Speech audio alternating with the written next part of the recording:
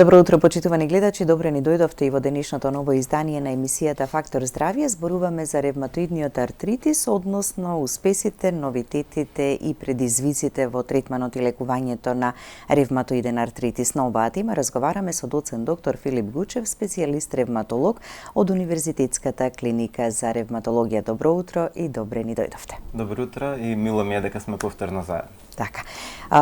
Колкава е честотата и застапеноста на ревматоидниот артрит, иако одлучивме во денешнава емисија малку поголем акцент да ставиме на предизвиците, успесите во терапијата, бидејќи тоа е нешто најважно. Велиме превенцијата, раното откривање и точната дијагноза се многу важни, ама потоа како да го смириме воспалението и како да го лекуваме нештото. Токму тоа, да. Ревматоидниот артритис и во нашиот регион, пошто по региони е различна застапеноста, односно преваленцијата, е околу 0,7% од популацијата кај нас. Имаме извадена статистика на клиника, се разбира од долниматични броеви и пациенти кои што се дијагностицирани специфично од ревматолози кај нас на клиниката, бидејќи сепак поцентрализиран систем сме. Имаме повеќе од 15.500 пациенти со дијагностициран ревматоиден артритис по протоколите на ECR и EULAR. Така да бројот на пациенти само со ревматоиден артритис како прототип и како најчесто автоимуно ревматолошко заболување е навистина голем. Да. Кај жените е малку почесто. Кај жените е дефинитивно по-застапен, 3 до 4 пати е по-застапен и особено во репродуктивниот период. Тоа што се среќаваме често како да кажем еден урбан мит е дека ревматологијата работи главно со возрастни луѓе. За жал тоа не е така. Главната застапеност, односно главно автоимуните болести па и ревматоидниот артритис се појавуваат помеѓу 20 и 40 година. Може да се јават во било која возраст. Има форми на артрити кај деца, има и кај многу возрастни луѓе, но врвот е помеѓу 20 и 40 година. Така. И од јавувањата на гледачите, без оглед на тоа која тема ја споменуваме, кога ќе ја кажат историјата на болестите, речи си да нема некој или многу често се споменува ревматоидниот артритис, дека го имаат како проблем и како болест со која што се справуваат секој на свој начин. Да, и тоа што уште почесто се, например, остеоартрити. Често тие луѓе имаат остеоартрити што е воспалително, но се уште се смета дека не е автоимуно. Тоа е извонредно често. Како заболувања, голем дел од тие заболувања се и ерозивни, што значи прават штета на зглобовите, така да има некое преклопување тука каде што на еден поблаг начин дури овие ерозивни остеоартрити се третираат како ревматоиден артритис и навистина има голем успех во тоа. Тоа е нешто релативно ново, али доста успешно во третманот на овие луѓе. Така, ќе погледнеме блок реклами, па ќе продолжиме со разговорот, како што и вообичаено ние нели текот на емисијата. Останете со нас до самиот крај. Почитувани гледачи, повелете, јавете се и поставете прашање за да го добиете советот и препораката за проблемот кој што го имате.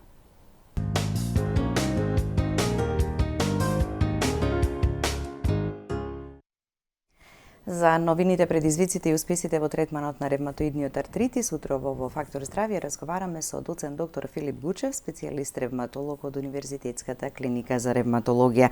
И за да дојдеме до овој дел и поединечно да поспоменеме и кои се предизвиците, кои се новитетите, кои се успесите и споредбено и овде кај нас нели онаш како е во светот, може ли кратко само симптоматологијата, причините што доведуваат до ревматоиден артритис и за да дојдеме до дијагнозата и третманот? Разбира, да. На кратко, тоа се главно се карактеризира со воспаление на зглобови. Иако може да зафати системско заболување, може да зафати било кој орган или органски систем, но главната работа е воспаление на зглобовите.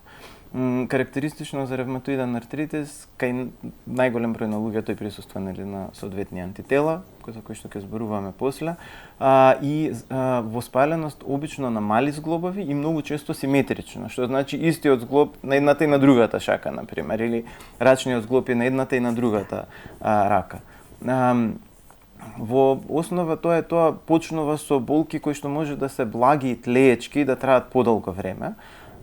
Не треба, се разбира, повеќето воспаление на зглобови мора да апелираме, не се ревматоиден артритис. Скоро секоја инфекција може да предизвика болки во зглобови, па и некој воспален зглоб. Треба да се даде малку време. Тоа се даде малку време да телото самото нели си го регулира имуниот систем, а само кога ова трае вон контрола, се смета дека барем 6 седмици или повеќе од 6 седмици, и кога телото не може имуниот систем да го врати под контрола, да престане да си го напаѓа сопственото тело, тогаш е тоа вистинска болест и затоа постојат тие критериуми за диагноза, и тогаш, нели, тие имаат своја сензитивност и специфичност, значи некого ќе пропуштиме, некого ќе премногу диагностицираме, но тоа е најдобро што во светот го имаме сега, и заради тоа и кога ќе ги диагностицираме пациентите, кога ќе почнеме да ги третираме, будно ги следиме, за да нели видиме најсоодветно да ги стретираме во едне. Кога ќе почнат со такви благи, можеби некогаш и не толку забележливи симптоми. Знаеме да кажеме, долго време ме измачува вакво нешто, ама ако во континуитет трае од прилика 6 недели, така треба да ни биде аларм дека треба да се обратиме на лекар, и дали таа болка која што ќе ја чувствуваме во зглобовите, треба барем 1 час интензивно да го измачува пациентот. Во основа, значи, ова е све грубо правило. Во медицината од се има отстапки. Но утринска вкочањето, што значи овие луѓе со воспалителни автоимуни артрити, како што е ревматоидниот, сабајлето им е потешко, сабајли имаат повеќе болки, заради тоа што ваквите воспалителни артрити сакаат движење. Така да кога луѓето одмараат, кога спијат, лежат, тој станува полош, така да сабајле потешко ги виткаат шаките или зглобовите, нели, кои што се зафатени мора да се шаките, иако сеја се најчесто.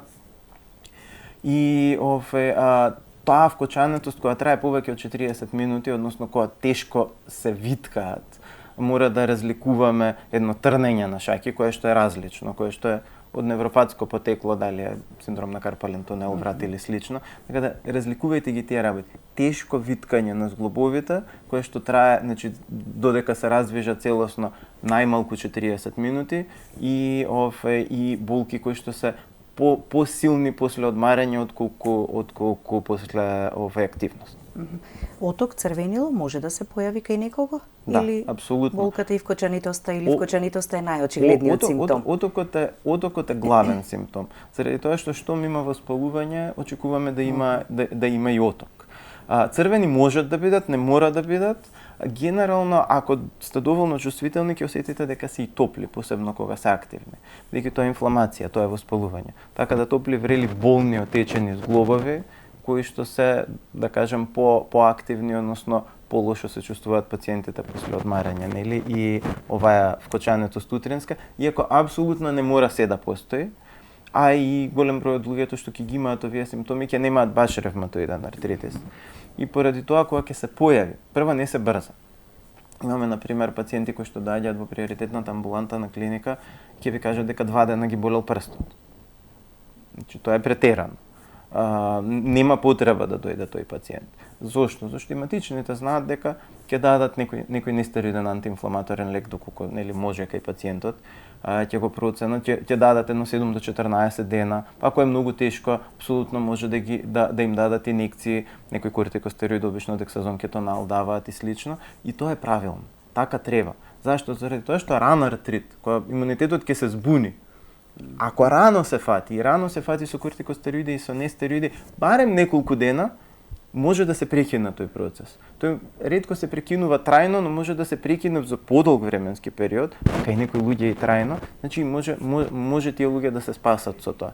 Така да и пациентите, не инсистирајте веднаш да ве види ревматолог за ваков проблем. Матичните иницијално треба да изреагираат и само доколку тоа е неуспешно после одреден број на недели, барем 6 седмици, до 6 седмици е релативно брзо, но барем 6 седмици, во тој случај веќе, нели, интернистот, па ако треба и ревматологот ќе ве види. Така, за да убаво се доиследи комплетно, нели, се што треба. Во поглед на ризик факторите и причините, дали наследниот фактор тука е доминантен или пак се наследува предиспозицијата, па некогаш како некои тригер фактори кои во текот на животот, нели, ќе изреагираат, инфекција со бактерија, вирус, има такви. Да, се смета дека за сите автоимуни болести генетска е основата. Но тоа е, да почнеме со предизвиците глобални, тоа е еден од глобалните предизвици. За сите овие болести, па и за ревматоидниот артритис, да се открие точниот сет, односно точните сетови на гени кои што треба да се активираат за да се јави оваа болест, односно ревматоидниот артритис. Гените ги активира Стрес се разбира една од најчестите работи, но многу од пациентите тоа ќе ви го кажат и тоа е апсолутно, мислам, научно докажано, бидејќи стресот го дразни имуниот систем. Инфекции, кои што не може да избегаме, така да тоа е чиста лотарија на животот, и некои работи како например загадувањето во воздухот, пушењето цигари, сето тоа го дразни имуниот систем и кај луѓе кои што се подложни може да ги активира овие гени кои што се мирни, за да се јави овој пореметен имун процес кој што ќе прави штета во телото. Да. Како што рековте, во репродуктивниот период најчесто се јавува, значи колку порано се јави, толку поголем е ризикот така понатаму во животот. Да има потешкоти или тие искривување, деформитети и компликации. Заради тоа ни е целта да прво рано диагностицираме. Тоа е нешто од големите успеси на глобалната ревматологија. Че од 2010 па 2013 година после EULAR, значи главните светски здруженија ревматолошки, имаат поставено критериуми кои што многу се разликуваат за диагноза од старите. Во старите критериуми имате рентгенграфски промени. Значи, нашата цел сега е да нема рентгенграфска промена, да ги диагностицираме овие луѓе пред да има промени на рентген. Нас рентгенот ни служи да уште подетално ја следиме состојбата на пациентот, за да гледаме дека дури и да тие добро се чувствуваат и лабораторијата е добра, ако има таму оштетување кои што се специфични за ревматоидниот артритис, пак ја појачаме или смениме терапијата. Но овие диагностички критериуми ни возможуваат пред штетата да ги диагностицираме пациентите со висока доза на сигурност, рано да почнеме да ги лечиме и во основа да избегнеме, доколку имаме соодветна терапија, тоа ќе бидат предизвиците после, доколку имаме соодветна терапија, да навистина избегнеме штета и добиеме целосно функционални и здрави пациенти со терапија. Возможно е тоа? Апсолутно е возможно, да. Од денешно време на модерен ревматолог да му дадете, да кажем, сите алатки во лечењето на своите пациенти, повеќето пациенти, се разбира предизвикот е не сите, но повеќето пациенти ќе бидат навистина здрави. Кај најголем број ќе треба терапија постојано, но веќе има мислење дека периодот 2 до 5 години на одржување на смиреност целосно на болеста, овој се доволни за да се размислува потенцијално за намалување и прекинување на одреден тип на терапија, и тоа и редовно го правиме навистина. Но модерната терапија, мислам, и она што го имаме како постари базична терапија и во комбинација кога не оди само со неа со модерната терапија, посебно кај луѓето со ревматоиден артритис, навистина возможува целосно продуктивен и здрав живот. Да. Во поглед на диагнозата, рековте мора да се исполнети критериумите, барем неколку од тие главните основните. Што е тоа што од каде се почнува и што се применува? Главно, секогаш се почнува од пациентот, од човекот. Значи, прво, да се распраша човекот што е мака. Нашата работа како лекари е, кога ќе седне пациент наспроти нас, да го решиме проблемот на пациентот. Или ако ние не можеме да го патиме каде потенцијално може да си помогне и да си го реши проблемот. Така да тоа е главната цел. Така да секогаш се почнува со пациентот, со еден убав разговор со пациентот околу незините или неговите маки, еден добар преглед, и заради тоа и самите критериуми се темелат главно на бројот на зафатени, односно болни или отечени зглобови. Се бројат овие зглобови, колку од нив се зафатени, и на тоа потоа се додаваат оние објективните мерки веќе, кои што се главно лабораториски. Се бодува присуството на реумафактор или анти-ЦЦП. Само со нив не можете да диагностицирате ревматоиден артритис, но овие антитела се навистина високо специфични и колку повисок е нивниот титар, колку позастапени се тие во крвта, толку е поголем ризикот за понатамошна штета, особено за анти-ЦЦП. Реумафактор треба навистина да извонредно висок и да има пациентот артрит. Понатаму има малку, 1 бод има за позитивно ЦРП или седиментација и 1 бод се дава доколку време траењето на тегубите и теги оние 6 седмици што ги спомнавме се повеќе од 6 седмици. Ова го направиле за да овозможат и пред 6 седмици да се диагностицира артритот, што е тешко и може и да се сгреши доста, но ако имате вие посебно млада особа со извонредно високи антитела и голем број на зафатени зглобови, а во тој случај можете да поставите брза диагноза и во основа да на време изреагирате за да превенирате штета во зглобовите. Така, да. Во поглед на третманот, со што основно и главно се, како лекови од прва линија, втора? Да. Значи, Да почнеме прво од она што е глобално, да кажем како треба. Постојат светски протоколи како, нели како се дијагностицира болеста, како таа се лекува. Секогаш се почнува со основна терапија. Основната терапија се лекови како метотрексат, како лефлунамид и како сулфасалазин. Значи ова се стари лекови, сигурни лекови, знаеме како да ги даваме, знаеме како да ги дозираме, знаеме како да ги контролираме и ние и ревматолозите во светот. Предизвикот кај нас е дека овие лекови нашите пациенти ги купуваат во странство. Тука навистина од осамостојување ни фали еден систем за лековите. Како тоа ќе се направи, не знам, но треба да се направи навистина, бидејќи и за нас е малку неубаво да им кажеме ова ви треба, но отидете Србија, Грција, Бугарија, Косово, Албанија, каде сакате и купете, бидејќи кај нас го нема. Така да навистина ова едно прашање, тие не се скапи лекови, тие не се проблем за пациентите да ги купат најчесто, но сепак е сериозна компликација да терапија која што ќе им треба со години или цел живот треба да ја набавуваат во околните држави. Сега околу пола од пациентите во, да кажем, статистиките светски се здрави и комплетно здрави со овој тип на терапија. Па и повеќе од тоа, иницијално има студии дека што зборуваат дека и по 70% се така добри. Но има и јасни студии дека на околу пола од пациентите со ревматоиден артритис некогаш во животот ќе им треба вклучување на биолошка или таргет терапија.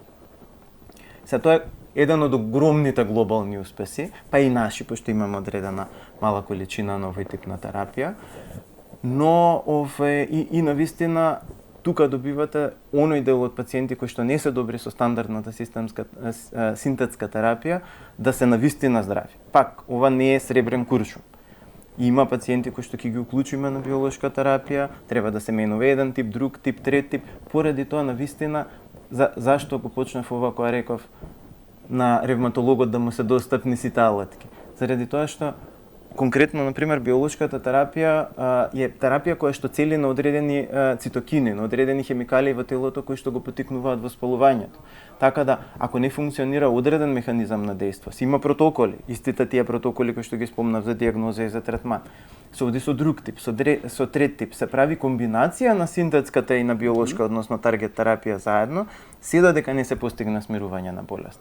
Но тоа е многу поверојатно, да добиете здрави, активни, продуктивни луѓе. Значи, сме гледали луѓе кои што дошле како млади, депресивни, уништени, и кога ќе почнеме со терапија, дали е таа синтетска или комбинација на синтетска и биолошка, повторно се враќаат како претходно и пред почетокот на живот. Значи, тоа се завршени факултети, фамилии, деца и едноставно изгледа преубаво, бидејќи ова се хронични болести каде што ги следиме со години и со декади луѓето. Постојано сте заедно, да. Имаме двајца гледачи на линија, да ги слушнеме прашањата, па ќе продолжиме понатаму. Добро утро, повелете.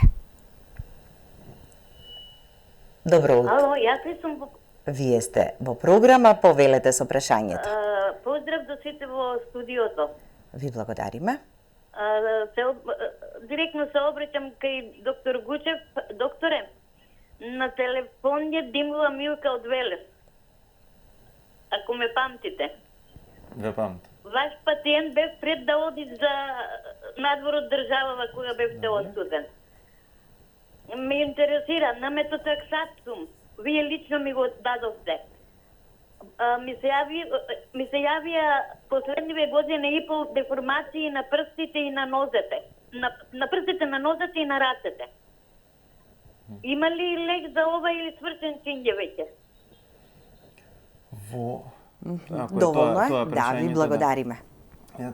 Прво треба да направиме рентгени на тие делови на телото, да видиме дали е тоа врзано со артритот. Бидејќи артритот дава специфични промени, разјадување, ерозии, и доколку има такви промени, во тој случај или да се оптимизира дозата на метотрексатот, или да се замени тој лек со нешто како, например, лефлунамид потенцијално, кај го споѓате, или некоја комбинација на лекови, кое што е протоколарно да се обидаме да го направиме, за да ја смириме болест.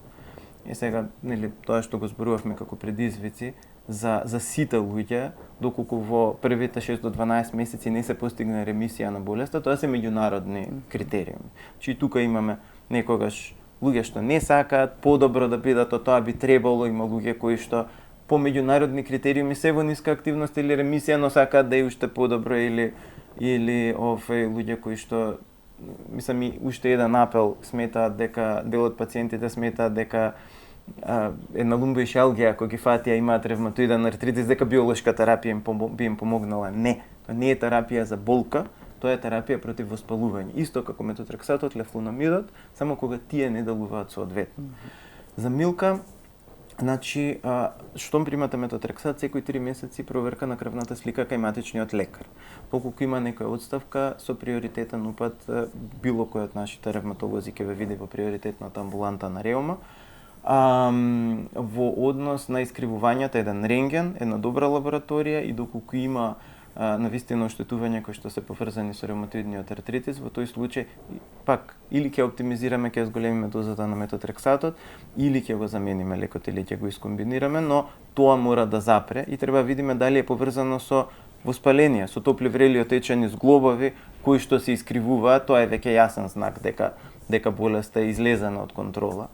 Така да, генерално убаво е да сите пациенти, кога може, на 3 до 4 месеци, дури да е смирена болеста, да прават проверки и контроли? На 3 до 4 месеци, 3 месеци идеално една лабораторија кај матичен, и кога би во тој период, да кажем, 2 до 4 пати годишно да се види ревматолог, најдобра е контролата на болеста. Кога рано ќе се фати некоја реактивација за да тоа не излезе од контрола, можеме рано да изреагираме со многу малку терапија, а кога ќе се активира болеста е како шумски пожар. Тоа бара доста терапија, подолго време, потесни контроли, но глобален е проблемот. Да кажем, во однос на нашата достапност, тука, иако ги разбирам пациентите дека е голема фрустрација во однос на закажувањето, ако се споредиме во светски рамки, имаме едни од најдостапните ревматолози, за кои што е дефинитивно најдостапни ревматолози што јас сум видел и сум прочитал. Но тоа е проблем во целиот свет. Така да, во однос на достапноста, ние навистина сме добри. И гледам дека и голем дел од матичните лекари веќе навистина и се грижат и знаат да изреагираат со мали дози на кортикостероиди или слично. Што би значило и добро контролирање понатаму на болест. И тука навистина системот почнува да се подобрува и убаво е да се види тоа, но проблемот со терапијата навистина останува и тоа стварно сметам. Тука треба малку повеќе така да се работи. Тука треба нешто да направиме сите, едноставно да зголеме свесноста дека таа терапија, независно дали е синтетска или биолошка, тоа е како да зборуваме дали дишаме воздух. Тоа веќе не е ни нова работа, тоа е стара работа, тоа е секојдневна работа. И едноставно е факт на живот во сите нормални држави, и ние сме нормална држава. Така да, сите заедно го смениме начинот на размислување за сите тие работи и верувам дека многу, да кажем, културен начин тоа може убаво да се реши. Така. Да го слушнеме и следниот гледач. Добро утро и за вас, повелете. Добро утро. Ве слушаме. Поздрав за водителката и за гостина. Ви благодариме. Ваша редовна гледачка. Така. Имам едно прашање да го замолам докторот. Кај мене не е ревматоиден артрит, него изразени дегенеративни промени.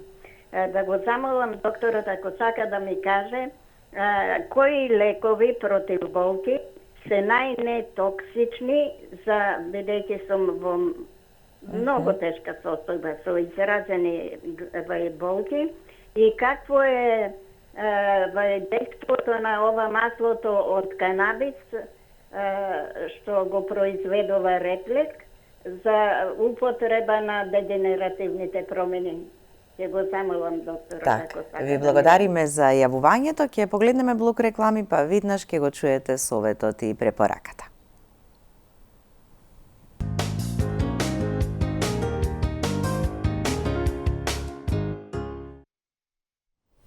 И веднаш по рекламите да го упатиме советот и препораката до гледачката. Така е. Проблемот кој што таа ни го кажа. Третманот на хронична болка е навистина исто еден од големите светски предизвици. Тоа не е нешто што е идеално решено. Она што апсолутно стои како препорака е да избегнувате постојано, за сите гледачи и сите пациенти, постојана, хронична, секојдневна или пречеста, подпречеста, реално е прилично малку, се смета 2 до 3 таблети на некој нестероид, тоа зборам кетонал, диклофенак, бруфено, тој тип на лекови во неделата, што значи ако зборуваме за цел живот. Значи овој тип на лекови, значи треба да се користат кратко, се користат значи во периоди на силна болка и после тоа да се прекине, никако за хронично, никако за болка што долго трае, како на пример што господјата опиша. Бидејќи од друга страна така ќе си имаат и несакани ефекти, односно се многу јаки и силни, така? Точно, има бројни несакани ефекти, од крварење од гастроинтестинален тракт до зголемување на ризик за инфаркти и за мозочни удари, до бубрежна слабост. Има многу несакани ефекти од тие лекови кога премногу се применуваат. Помалце несакани ефекти има од лекови како што се аналгин или парацетамол. Се разбира пак, ако хронично ги користите на 3-4 месеци една лабораторија кај матичниот лекар, дефинитивно, чисто да видиме како ви е општата состојба. А господјата погоди нешто многу правилно, а тоа е дека во основа канабисот, односно маслото од канабис, се смета за едно од најсигурните долгорочни лекови, агенции за третман на болка. Маслото од реплекс се разбира е одлично и многу убаво што го имаме тука. Апсолутно користете го, но нешто што ни недостига, навистина ни недостига и на нас ревматолозите, пошто за жал имаме пациенти со хронична болка доста, а тоа е примена на масло со ТХЦ. Тоа е психоделична субстанција, кај нас може да го припишуваат, колку што знам, онколозите и невролозите, но и без рецепта не можете да го земете тоа. Но за хронична болка е навистина, мислам, во светски рамки едно од главните препарати. Се разбира, се почнува со ниски концентрации, се титрира наголе концентрацијата на ТХЦ и CBD. CBD е тоа кое што го има во нашето масло и кое што слободно се продава и кое што нема психоделичен ефект, така да не можете да почувствувате нешто вртоглавици или занесеност. ТХЦ, таа другата субстанција во незе, таа има такво психоделично дејство, но е и значително помокна во однос на контролата на болка. Има протоколи за титрација на дозата нагоре и нас ни недостига, навистина ни недостига како можност, како ревматолози да можеме да користиме овој тип на масла во третман на пациенти со хронична болка. Зошто? Уште ова? Заради тоа што тие масла нема докажани долгорочни насакани ефекти. Нема докажана толеранција, што значи дека не губи ефект лекот со колку подолго се дава. Тоа е, например, проблемот кај трамадолот, доретата што многу ја користиме. Заради тоа што опијатите, опиометиците, покрај тоа што имаат многу насакани потенцијални ефекти, иако и не се препорачани за хронична болка, иако кај нас ги применуваме од нужност многу често, тука има и толеранција, што значи еден трамадол, колку подолго го примате, помалку ќе има ефект, што значи ќе ви треба повисока доза, што значи ќе се изложите на повеќе насакани ефекти, тоа е еден зачаран круг и заради тоа не се препорачува. Маслото од канабис конкретно, посебно со ТХЦ, но и CBD кое што е достапно тука, кое што е послабо од тоа, нема тој проблем. И навистина е број 1 за хронична болка третман. Така, ама секогаш е добро да се консултираме со лекарот, така што би требало и дополнително најубаво е да го решиме да го решиме коренот на проблемот. Така да првата наша цел е да видиме зошто ве боли, дали можеме тоа да го решиме. Ако можеме тоа да го решиме, нема потреба од сето ова. Но ако што е за жал тоа е повторно предизвиците на медицината. На лекарот, така да се искомбинира предизвик за лекарот, за ревматологот, да се искомбинира вистинскиот лек, да се најде она што ќе го врати како веќе продуктивен човек, така повторно и ќе се баш така и да знаете, и нивото на медицина се зголемува кога гледаме колку можеме да помогнеме. Тој разговор го почнавме предходно off camera. Верувајте дека колку ние сме поефикасни, толку повеќе и квалитетни студенти и специјализанти привлекуваме. Тие се инспирираат. Нема ништо што доктор повеќе го инспирира, се разбира и платата, но верувајте, дури повеќе од тоа, нема ништо повеќе што го инспирира од здрав пациент. Така да, мислам, ние ќе видите луѓе во пензија или после пензија кои што се уште раскажуваат како некој пациент кој што бил тежок случај, за кој што се грижеле, колку бил добар и како било сега све добро и како сето тоа прошло, и тоа е една заредност, една среќа која што е така уникатна за добри лекари. И навистина, кога тоа ќе може системот да им ги по да кажам достапно им го пружа на лекарите, и целото ниво на здравството ќе скокне заради тоа што, верувајте, дополнително ќе не инспирира за колку државата повеќе вложува, така и во современа и во достапна приватниот терапија, бизнис, лековите, сето тоа заедно треба убаво да функционира како бидејќи навистина извонредно комплексен систем. Бидејќи тие поединци како здрави личности кои што ја надминале болеста, потоа ќе враќаат на свој начин во државата, така со својата продуктивност. Апсолутно, сите тоа сакаме да го направиме. Така. Да го слушнеме и следниот гледач кој мислам дека ќе биде и последен за ова утро. Добро утро, повелете и извинете што малку почекавте. Добро утро. И ме болат, а не се отечени, не се воспалени. Дали е тоа артритис? Веројатно не успеавме сосема на почеток да ве слушнеме. Отечени... Искривени ми се прстите на нозете. На нозете, добро. Да, болат ме, а не се отечени зглобовите и не се страдени. Дали е тоа артритис? Добро, Ајде ќе дадеме препорака што треба да направи гледачката. За стопала е навистина тешко да се каже, заради тоа што тоа се носечки зглобови. Исто така внимавајте да секогаш чевлите ви се малку поширочки, малку поголеми, не го барајте палецот напред, заради тоа што тоа значи дека прстите се стиснати и тогаш се искривуваат. Тоа е повеќе ортопедски проблем отколку ревматолошки, но еве се среќаваме со тоа. Сепак, може да ве види матичниот лекар, да направи една лабораторија, да проверите дополнително ЦРП, реума факторис лично, а можете да направите еден рентген, се разбира. Ако таму има промени кои што укажуваат на потенцијално воспалување, малку е веројатно, но доколку постојат такви знаци, во тој случај се разбира ќе ви види интернистот, ако може ќе ви помогне да ги смири тие тегоби, ако не се разбира, ние сме достапни тука. Така да.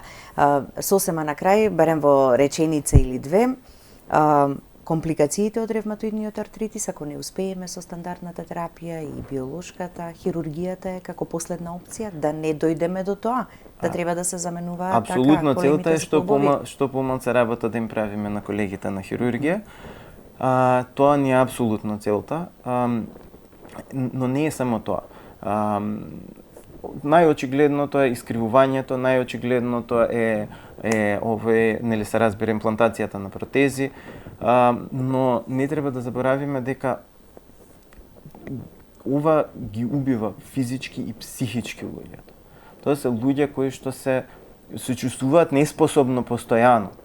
И тоа е страшно. И ќе видите кога конечно ќе почне да се смирува воспалувањето, добивате весели, енергични луѓе. Ќе речете, не ги знаев овие луѓе во овакво светло, и тоа е навистина прекрасно. Така да, и психичкиот дел не треба да се заборави, но исто така не треба да се заборави дека ова се воспалителни заболувања. Што значи ризиците за инфаркти, за мозочни удари, па дури некои студии зборуваат за одредени типови на малигни болести, кога е хронична инфламацијата, кога е хронично воспалено, кога тој оган хронично гори во нивните тела, е многу повисок отколку кога тоа сето ќе се смири, и тие се враќаат едноставно во група на луѓе кои што немаат вакво воспалување, заради тоа што ние тој оган сме го изгасили. Ви благодарам за гостувањето. Благодарам и на вас. Благодарности и до вас, почитувани гледачи, за вниманието со кое не следевте, останете и понатаму со програмата на ТВ24. Имајте убав и пријатен ден.